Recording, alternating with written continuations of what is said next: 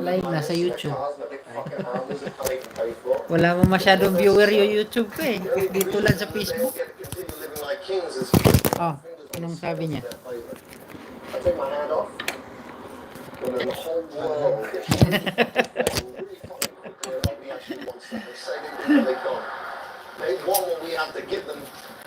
Patayin natin.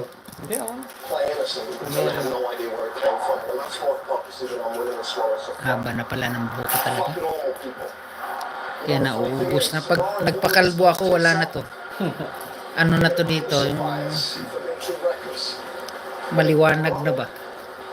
Ay, nipis.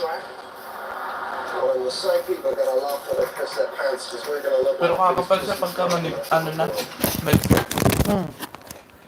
Parang sa akin nga, dam.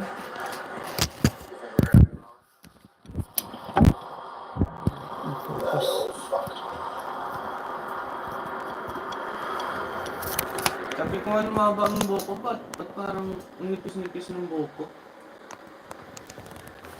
Nung nagpagupit naman ako. Kapal na.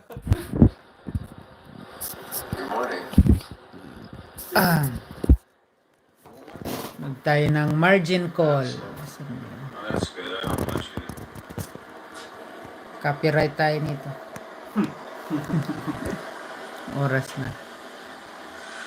11 na pala. Bawal ang copyright. Uy, may viewer tayo. Isa. Annyeonghaseyo. Comment for suggestions. Suggestions. Nawala din. Wala na din. This live is brought to you by Mekjo and Peanut. I understand that. Ano ka? Sama ka? Hello, vlog!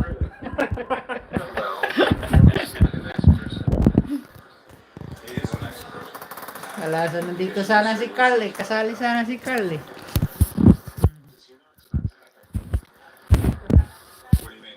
Ito yung mga pulutan natin oh.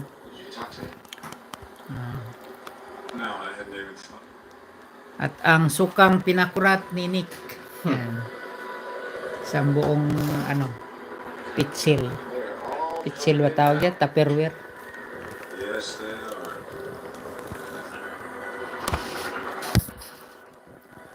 Oh. You ever done anything like this? Ayos yan. Galing farmers.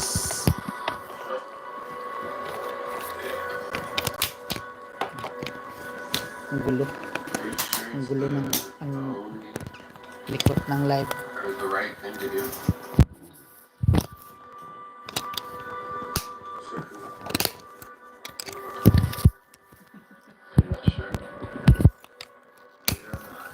May ano kasi kaya hindi siya na ano dito eh. Uy.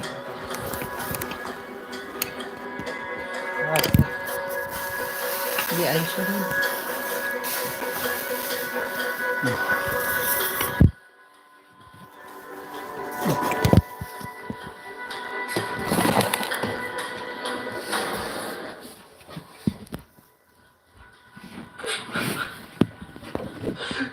Uy, umiyak.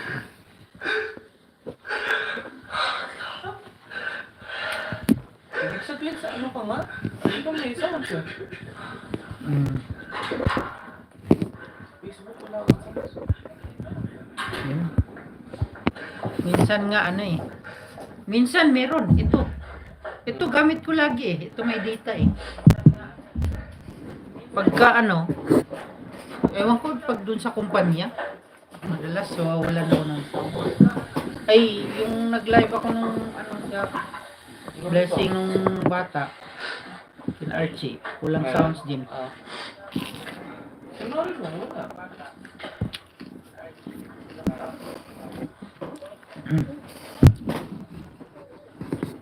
Sarap ng pulutan.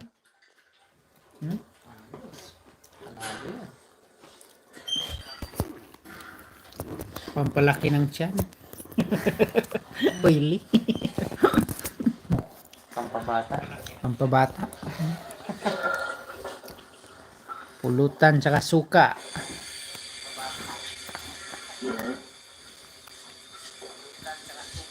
You're about to fire me.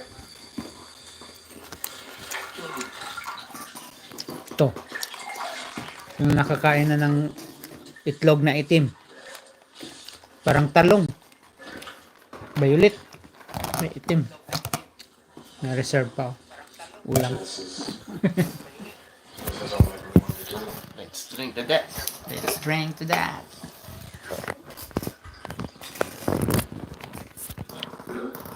Sino manonood ng live mo? Ang likot-likot ng video.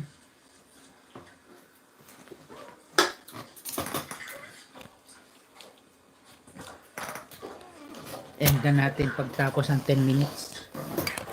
Pag 10 minutes, end na natin.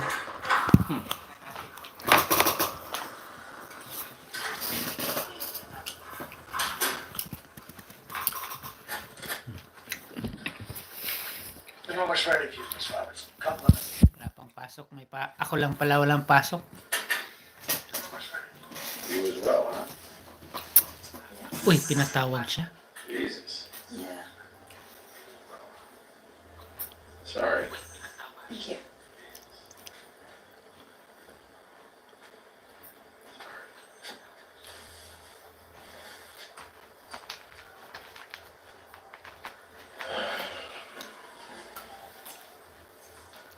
I didn't think they were going to be able to get you back here. Well, you told me they were gonna drag me through hell on everything for the next 2 years. My options, my health care.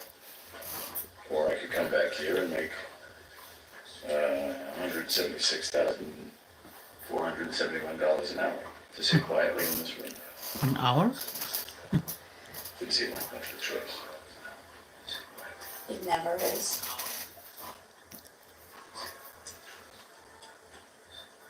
Obviously, looking back, it was expressed with insufficient urgency.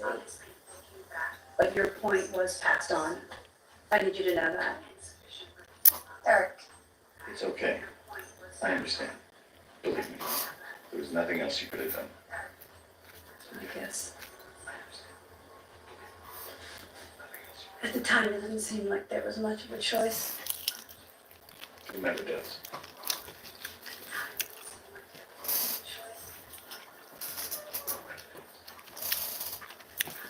Ano yan? Si Demi Lovato? No? Yeah? Kids, Parang. Yeah. Parang ano ni Bruce Willis dati. So, what's your Iba yun package yung gonna ano be? niya. Asawa. I don't know. It's what I'm waiting for now. Hindi ko lang. Nasanay ako kay Carl eh. Kasi Carl talaga, ang daming alam ng artista eh. At sigurado alam niya.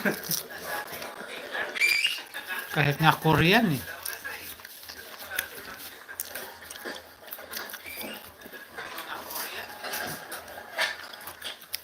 Thank you all for coming in a little early this morning. I know yesterday was pretty bad, and I wish I could say that today's going to be less so, but that isn't going to be the case. Now, I'm supposed to read this statement to you all here, but why don't you just read it on your own time, and I'll just tell you what the fuck's going on here. I've been here all night, meeting with the executive committee. And the decision has been made to unwind a considerable portion of the firm's holdings in several key asset classes. The Uy, may first nanonood isa. in the firm's thinking. Thank The you. party's over as of this morning. 1,000,000. 2,000,000 na. Considerable turmoil in the markets for the foreseeable future. Turmoil. And they believe it is better that this turmoil begin with us.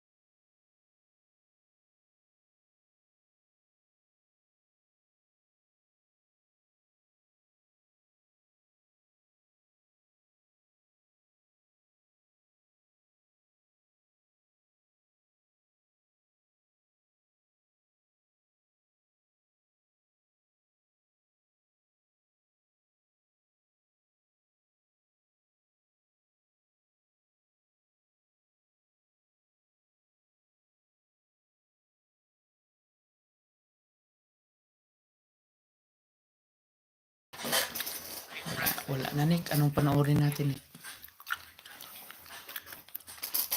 Jessica Soho. Analyst explains. Wait. Jessica Soho. Analyst explains. 2011. This movie review is sponsored by Blinkist. Use the link in the description below for a 1-week free trial, plus 25% off the annual subscription fee. Ladies and gentlemen, welcome. Hindi nga, para maintindihan This natin. movie review is sponsored by Blinkist. Use the link in the description below for a 1-week free trial, plus 25% off the annual subscription fee.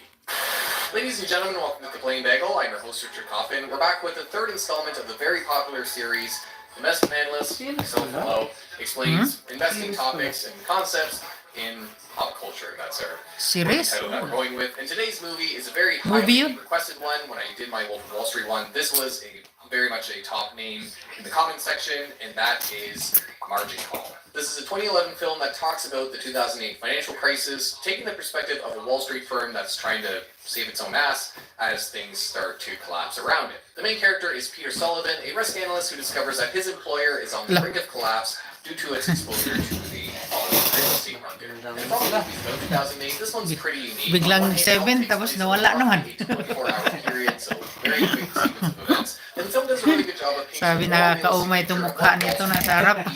compared to movies certainly like Wall Street and even The Big Short to an extent, it does a really good job of communicating that ruthless, cutthroat, and ethical side of Wall Street without turning its characters into caricatures. You know, the people are very Nawala na. Ikaw na lang mag-isa, Nick. still, you see this kind of detachment from the consequences of their actions. So it does a really good job on that front. But like other good finance films, it can get confusing at times. So my goal here today is to provide a bit of context and to explain some of the more complicated scenes. Starting off with the title of the movie, because for a film called Margin Call, there's actually none to be found in the film. But simply put, a margin call is when your broker requires that you add more money to your account because it's fallen below a certain value. It's lost a certain amount of money, and it only ever comes into play when you have leverage, meaning you've either borrowed money or used derivatives. In both situations, it means that you can lose more money than what you yourself have put into the account. And because of that, the broker will want to protect themselves and make sure that you have a certain level of cash in the account so that if the account keeps falling below a certain threshold, they don't absorb that loss of you running away and forcing them to take the loss with the debt they've lent you. And the problem with margin calls is that they can lead to a vicious cycle because they force investors to come up with cash very quickly to meet those margin calls, which can force them to sell out of other areas or close that position, and basically adds to selling pressure in a market that might already be declining. So that's why it did play a role in the 2008 financial crisis. In this movie, not explicitly, although you could argue that figuratively it does matter for the context of this film, but I figured I'd explain it explicitly since it's never done so in the film. Anyway, with us already a few minutes into the video, let's hop into the film itself. The movie starts off on the trading floor of an unnamed financial institution, which many believe is loosely based on Lehman Brothers, although there are Lehman very key Brothers? differences between what this company does and what the Lehman Brothers. And we see HR representatives going around and laying off a bunch of people, because even though this is before the actual financial crisis, people sometimes forget, but the United States was already in a recession. There was a recession that started December of 2007 as the Federal Reserve had hiked interest rates, and that had depressed economic activity. And yes, I know, it sounds very familiar. It's not the first time this has happened. And a quick fun fact about the scene, for those who aren't as familiar with the finance industry, all those computers you see are called Bloomberg terminals. They are a special computer that you can rent from Bloomberg that gives you access to all kinds of data about stocks. But because they are seen as the gold standard of the industry, they are very expensive to rent. I think it's roughly $24,000 a year. But for a Wall Street firm that's paying its 2008 yung employees simula six ng figures, if aral not ko ng millions of dollars, Korean is language. sort of a drop in the bucket to fill the floor with these Bloomberg terminals. But going back to the movie, we see the HR representatives going and laying off Eric Dale, who seemingly is the head of the risk analysts. And as he's leaving this building, he seems very concerned about something he's 안녕하세요. working on. And he hands a flash drive to Peter 여러분. Sullivan as he's leaving, and tells him to look into this thing to finish his work for him and to be careful. So Peter puts in a late night tinkering away at this model and eventually discovers whatever was missing and comes upon a very scary realization. So much so that he calls back his boss and coworker from the bar to help him deal with it. And as he explains, the firm has been violating its VAR model. The way things are going, the firm might be on the hook for losing more money than what the whole company is actually worth. 2008? Well, the losses are greater than the current value of the company. Projected loss. It's a projected loss as well.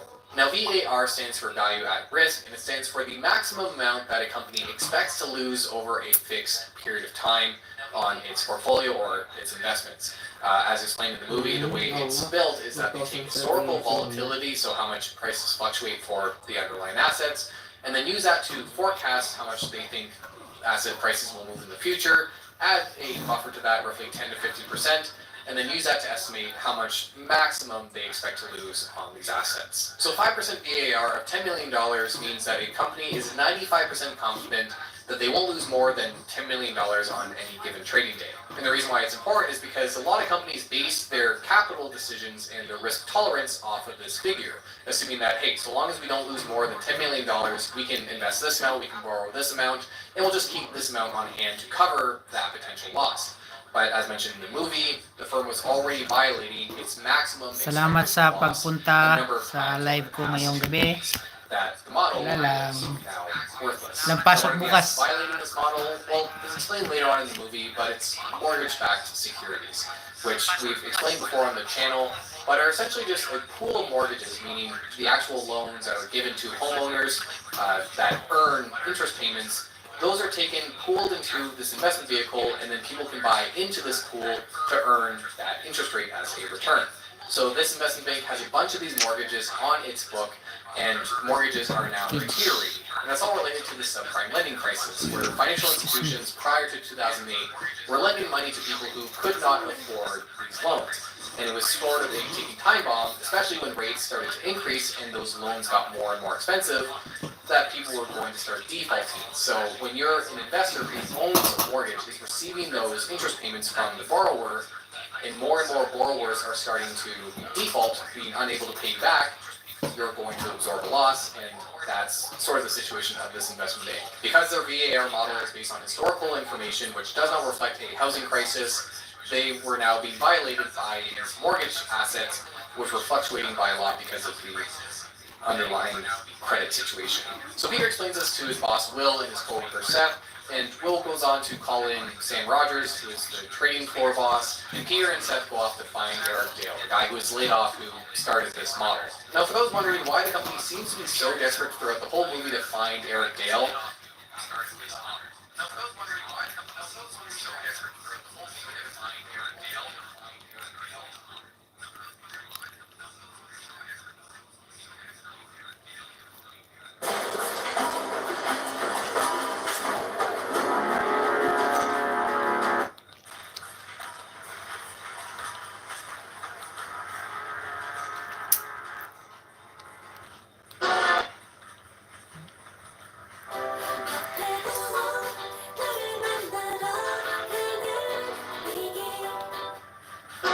Live mula sa GMA Network Center. Ito ang 24 Oras. Katniel na naman yan. Nagipana ang mishandled at Katniel na naman yan. kung palapanong pa naman ng mga handaan. Sa Quezon City, mahigit 4,000 kilo ng karne ng kalabaw ang nabisto galing sa hindi otorisado nito. Anong nangyari dyan sa ano ni Mel? Dito niya ba?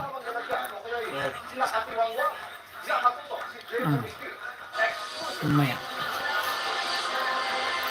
Nakalagay sa improvised killer ang kilo-kilo ng frozen meat na tumambad sa inspeksyon ng Quezon City Veterinary Department sa Balitawak Market. Walang takip ang mga ito kaya pinumpiskat. Nabasag ng poster kasi babasagin pa siya natin. Bakit wala takip ang sir? Gawa niyo matakap. Sabi kasi may yelo, okay lang eh. Kung may lagyan ng yelo eh.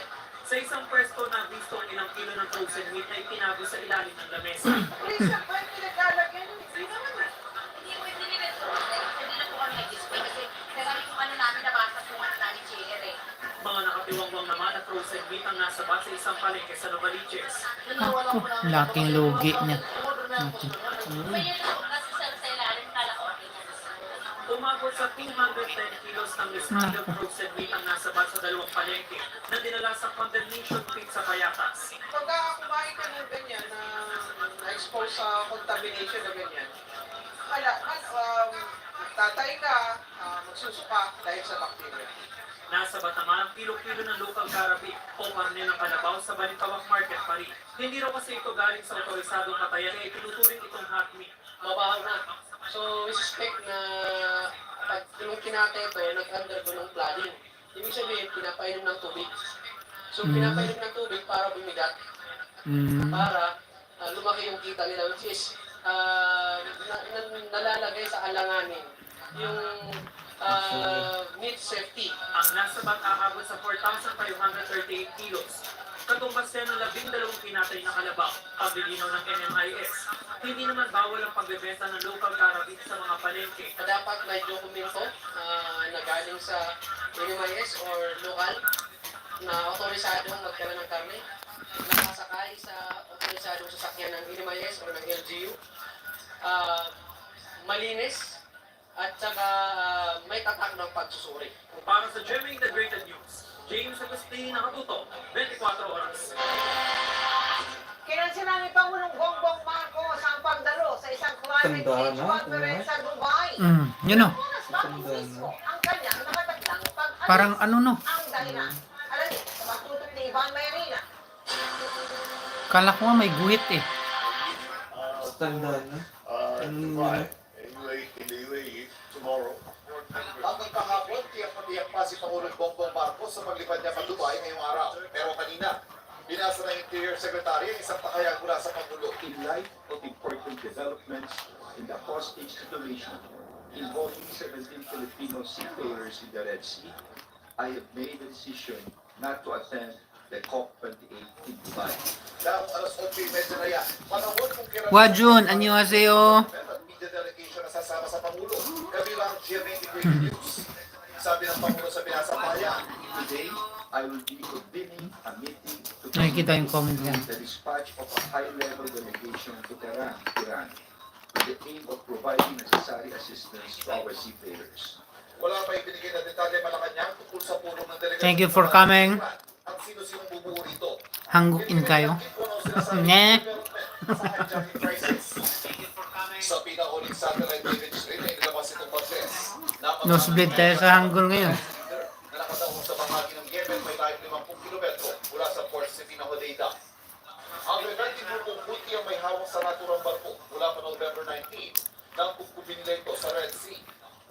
Sabi ng mga source ng Department of Foreign Affairs sa maayos-man daw ng kondisyon ng sinasaktan ng mga hijacker ang mga Pilipinong hostage ito.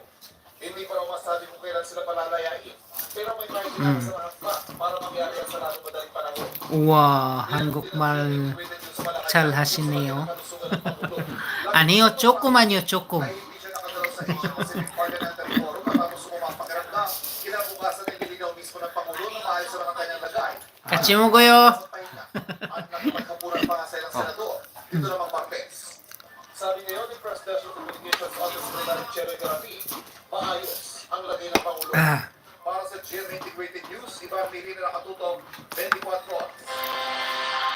Ipinatawag na ng LTO ang driver na sa pilitangan. Nangumpis ka ng lisensya ng nakakikita niyang driver. Taliwas sa kanyang pangalan. Para sa pulis. Nung patagilid yung ano sa mata niya.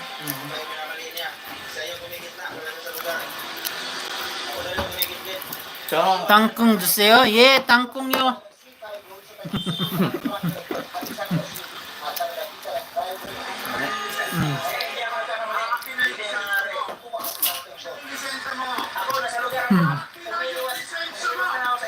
Binablurred pa nila na viral na yan sa Facebook.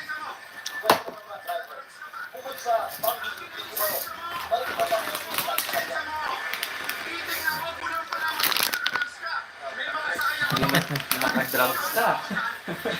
Matalino ka. Alam mo na agad ah. Judgmental si sir.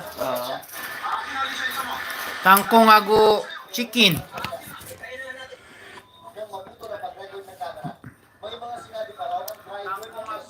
Yung biktima po doon ay nagpaglapat po about that incident na sinasabi po niya ay nagpakilala nga daw pulis po ito at sinasabi na Patay tadi ha. kukunin po yung baril po at babarilin kita Chogi. at alam po na kung saan ka nakatira. Quick cut. Masiso. Malaman po natin na Kunin hindi. sunod pa ang Anggol macho ko man aray. Yan niyo. Sabi ng PNP, hindi kung sino-sino lang ang maaaring mag-empiska ng driver's license. Ang mga otorisado lang ay ang mga LTO enforcer, traffic enforcer, at mga deputized police officer. Only authorized personnel na dapat naka-uniform po. Kayo lamang po ang pwedeng magkuha ng lisensya. Tinatawag ng Land Transportation Office ng preventive inspection ang driver's license ng SUV driver, pati reduced format sa Kenya. Ano ba yun? Igo. Tak. Ano ba yung skill?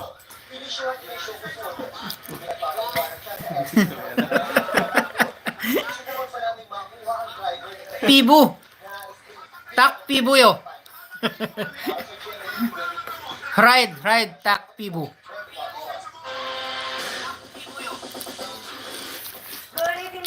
Ago, igo, lumpia. Philippine. Yeah. Philippine omsik.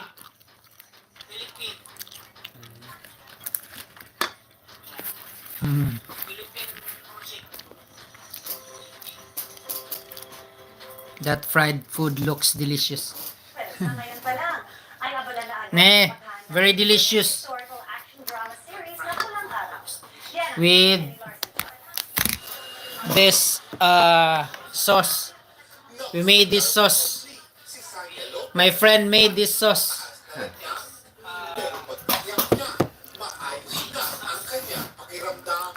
Medyo okay na rin naman ako. Uso siya ngayon. It's not COVID na naman, pero sinasabi nga nila, uso talaga ngayon yung flu. So, normal naman. Nagpa-check naman ako lahat. Normal naman. Sa ngayon, tuloy-tuloy raw ang paghahanda ni Sanya para sa biggest historical action drama series of 2024, ang Pulang Araw, with Barbie Corteza, David Licauco, at Alden Richards. Kailangan ng double effort. Kailangan naming alamin kung ano maging isang vaudeville star. Meron doon mga tap dance na kung titignan mo at papanoorin mo, hindi siya ganun kagalit gawin.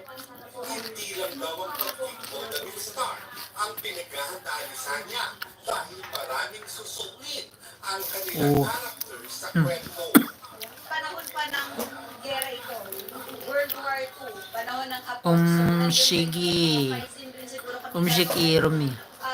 Unkayo. That's why hinahanda ko na yung sarili ko. Nararamdaman na rin daw ni Sanya Philippine Umshik. magiging abala siya sa 2024. Sisimulan nga raw niya ang taon na nagtatrabaho sa GMA New Year Philippine Umshik yo. or Santiago, updated sa showbiz. Walang dapat ikatakot. Yan ang tiniyak ng pulisya. Kasunod ng banta umano ng isang payawak gang sa isang barangay sa Las Piñas. Silipin natin ang Bayawak. sisita doon sa live na pagtutok ni Marisol Abdurama. Marisol? Mel, dahil nga sa pangamba ng mga residente ng Barangay Talon 4 dito sa Las Piñas, dahil nga sa banta ng tinatawag na Bayawak Gang, ay nagtalaga na nga ang Las Piñas Police ng checkpoints kasabay ng kanilang foot patrol. Naabutan namin ang papatrolya ang mga pulis sa bahagi ito ng Barangay Talon 4 sa Las Piñas City. Pero ding itinatay yung checkpoints at may mga naka-standby na pulis mobile. Naghihigpit ang seguridad ng pulisya sa lugar. Kasunod ng pagkalit ng banta ng grupong tinawag na Bayawak Gang na mag-aasik umano ng bulong sa lugar. Yung ating city mayor, of course, nakausap po natin, nagbigay siya ng instruction for us to Wajun, thank you for coming. enhance the police visibility of our personnel at the area, and that would appease. Even if it's very difficult to read Korean, I tried my best. Sa lugar, may nakakabit pa mga larawan ng mga lalaki may hawak na matataas sa kalibin ng bali. At Umshik Irumi ang Unkayo. mga residente ng barangay na paano tuloy ng takot. Takot din po ako kasi nakita ko sa Facebook yung mga nakamalay na sabi nga raw, pagpasok ng mga bata kasi biglang lulusog daw yung mga 30 katao na yon. Ang ugat daw ng pagbabanta ng grupo ay ang galit sa isang residente. Sa video nito nakuha noong November 12, makikita ang sinasabing leader ng bayawak gana si Busbay na nakaabang sa entrada ng isang eskinita. Pagpasok doon ng babae na kinilalang si alias Malu, sunod-sunod niya itong pinuputukan. Ayon sa pulisya, nakaligtas si alias Malu sa pananambak at nagsampa ng reklamo laban kay Busbay. Ito na ang naging mitya ng pagbabanta. Kinupirma ng pulisya na mayroon talagang grupo si Busbay sa lugar. Pero hindi raw ito malaki at wala sa listahan nila ng mga organized crime group. Gayunman, tinutugis daw ng pulisya ang grupo dahil sa pagkakasangkot sa mga insidente ng robbery hold-up at illegal drugs. Ang larawan naman daw ng mga armadong lalaki na nasa kumalat na banta, kinuha lang daw sa Yung 10 internet minutes dahil naging mga larawang daw ito 47 minutes na nit. 40 na? 47. Walang dapat ikatakot. Yan no.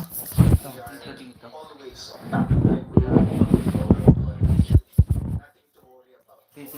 Dito. Hindi nakikita. Yung nagla-live ng ano. Nag-aantabay, kami ay nagbabantay. Ayos yan. Ayos yan. More viewers, please. More viewers. Para mapawi ang pangamba ng mga residente. May libreng balita po. Kaya lang parang radyo. Hindi nyo kita. Napapantayan nila yung lugar namin. Nakapanatag na yun. Di mo makikita yan dito. Mga nakahubad. Ang nakikinig checkpoint dito sa ating likuran ay tatagal yan hanggang bukas alas 7 ng umaga. Umaapila naman ang Las Piñas Police sa mga residente na huwag basta-basta maniniwala sa pangmamaling impormasyon. Net. Maraming salamat sa iyo, Marisol Abdurrahman. Inuna po ang holiday nitong Lunes, pero ngayon pa rin ang mga aktibidad para sa Bonifacio Day, kabilang ang isang ipinasa ng gobyerno. Magdulot po yan ng traffic, kaya may mga naglakad na commuter. Nakatutok si Maki Pulido. Nag-replaying sa monumento sa Galit nga daw sa Bonifacio. 60th birth Galit? anniversary ni Catherine Bakit? May advance ang birthday. Pero para sa seremonyang ito, isinara ang monumento circle at ilang bahagi ng mga kalsada sa EDSA at Caloocan sa kasagsagan ng morning rush hour. Kahit may mga umalalay na MMDA traffic Sinelebrate na 27 hindi eh. na gumalaw ng traffic na ang dulo umabot ng Muñoz Market sa Di ba, Quezon City. dapat ang May mga holiday sa atin 30. Oh. May ginawang 27. 27 daw pala. Wala pong masakyan. May advance nga. Mm. Ginawang long holiday yung ano natin. Weekend. Pinas. Weekend. Oo. Tahirap sumakay ngayon. Okay pala ko biyahe. Ano, tagal mo na ipit to sa may EDSA. Paikot dito sa circle. Ano sa oras? Gagawin siya sa biyahe. Sa liwasang Bonifacio sa Manila, nag-brief laying din ang mga opisyal ng lokal na pamahalaan at mga kaanak ni Bonifacio. Hamon natin sa lahat ng mga magkagawa. Sa Calao Avenue sa Manila, nagkilos protesta naman ng ilang grupo malapit sa US Embassy sa Manila para kontinuhin Laki ang na lang pagsuporta ng protesta. Amerika sa opensiba Wala ng naman. Israel sa Palestine. Mula doon, Paggulo lang, nagpasok sila, matulong ng Jonah. No? Iba't ibang sektor ang lumahok sa kilos protesta. Panawagan ng labor groups, mas mataas na sweldo ng mga empleyado at manggagawa at pagbukas sa kontraktualisasyon ng paggawa. Nakakarampot na sahod na hindi magkakasya yung pinaka-recent na increase dito sa Metro Manila. Si ano ang ano dyan? Yung isa? Ano ba yung nasa rally lagi?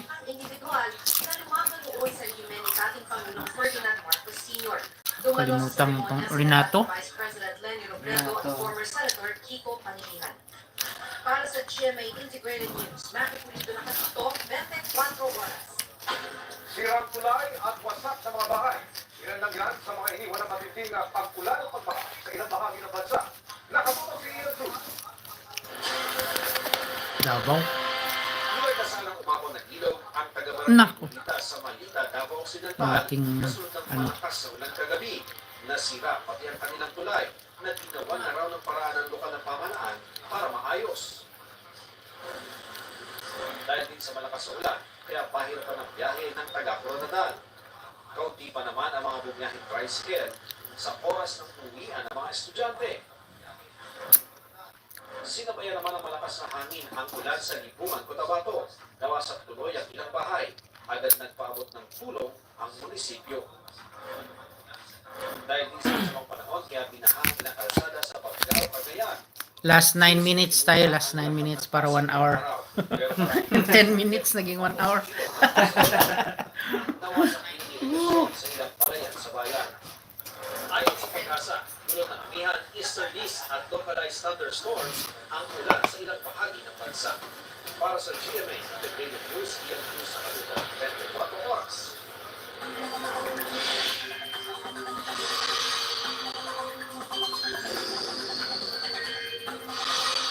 Magandang gabi mga kapuso. Wala na si Mang Tani yan.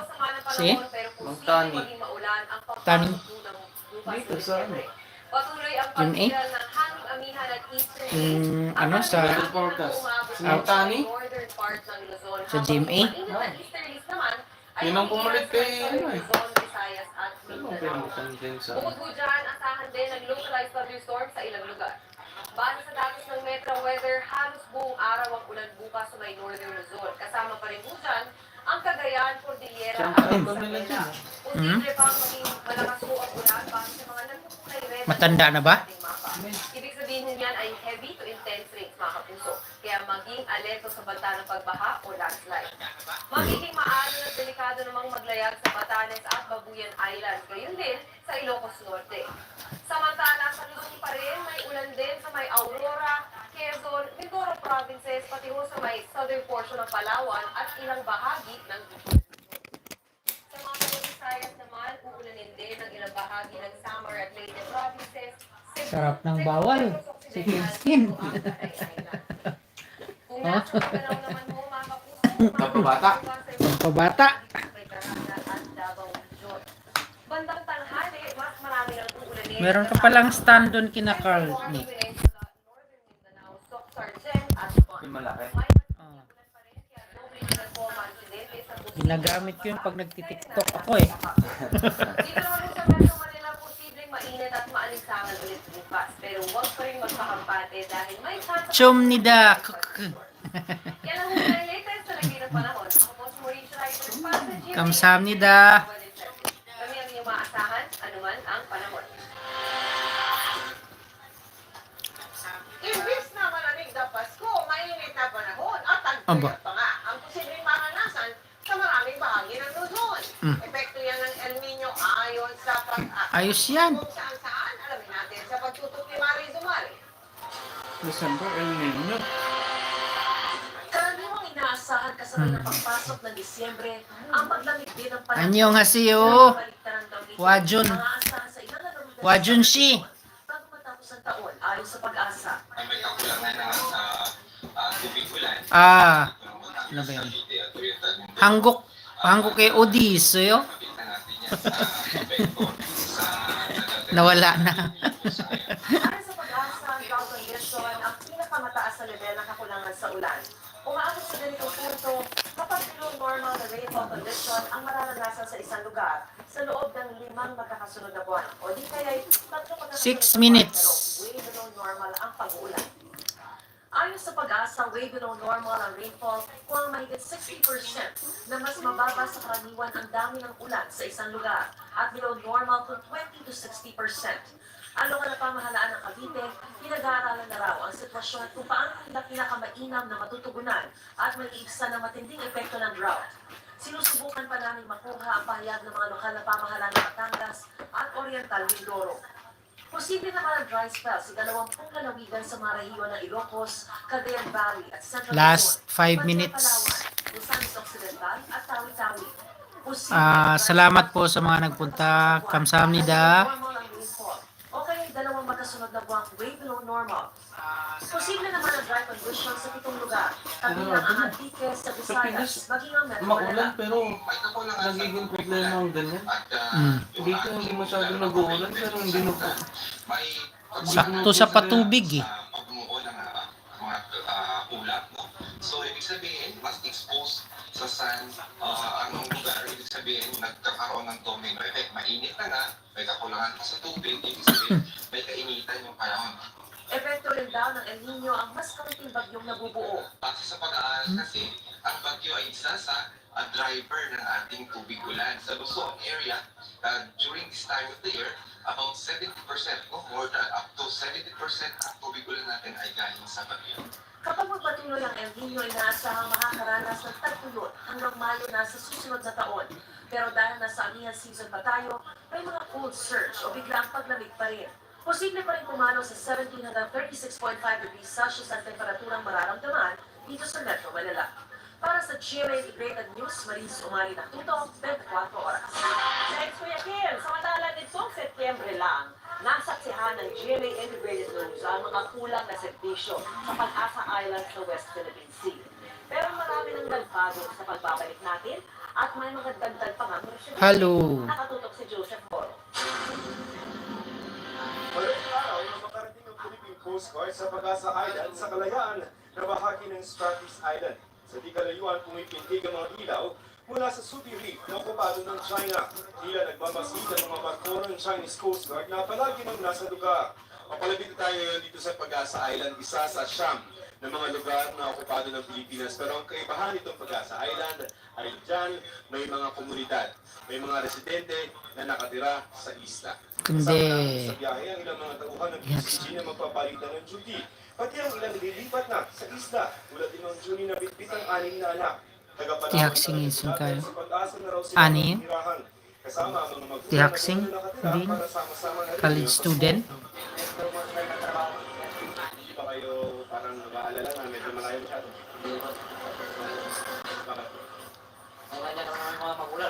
Dahil mababaw, tubig ibinaba ang pamilya ni Mang Juni sa pump boat para mailipat sa Pag-asa Island.